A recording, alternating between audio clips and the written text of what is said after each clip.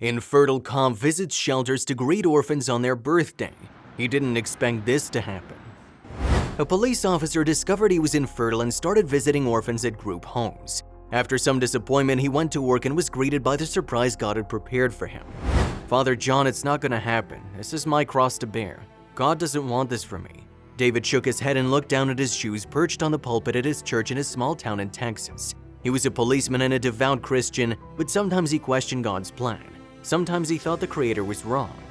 When David and his wife Mary Ann married, they immediately tried for a baby. When nature didn't work, they visited doctors who determined that David was infertile. They had many options to become parents, but he would never be biologically father to a child.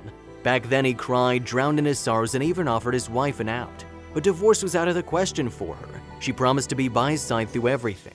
"This isn't gonna make me break my vows, the vows I made in front of God," Mary Ann said almost angrily, and that was the end of that discussion. He couldn't fathom using a sperm donor, and adoption seemed like a foreign concept to him. But his wife convinced him to visit a few group homes in the areas to see if they could connect with a child.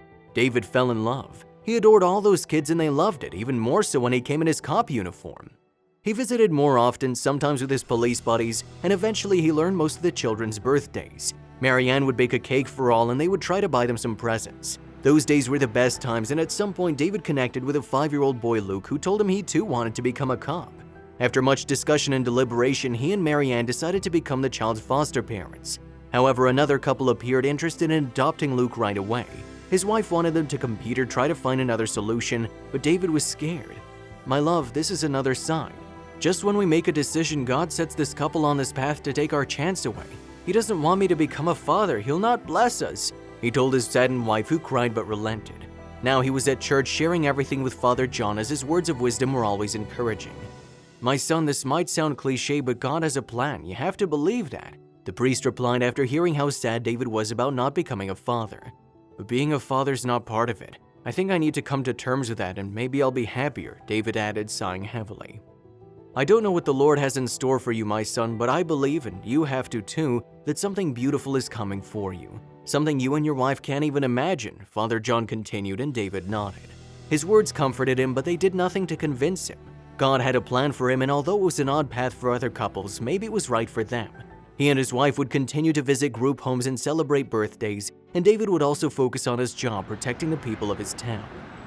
David arrived bright and early at work, and everyone was abuzz. "What's going on?" he asked his friend Officer Greg, who was carrying a blanket from the storage rooms in the police station.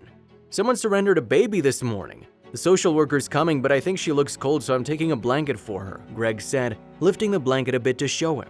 He continued, and David couldn't help but follow. Several officers were gathered in the break room, and as he got closer, David saw the tiny bundle on the arms of a policewoman.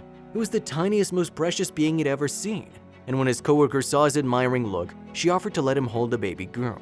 He was hooked right away. The world disappeared, and it was just him and her in the future. Everything about her future: birthdays, graduations, a wedding, grandchildren, etc. The social worker appeared, and David was pleased to see Lydia, who'd known him from his time visiting group homes. He talked to her for a while, away from others but still holding the baby. "Well, Officer Garcia, we've seen you with kids, and I think this'll be the right fit. We'll need to do some inspections on your home, but I see no reason why you can't take this baby home. The mother might still return, but we'll go with the flow," Lydia replied, and David couldn't believe it. He asked one of his pals to drive home because he refused to let go of the baby. "Mary Ann, I've got a surprise," he sing-sang, entering his home.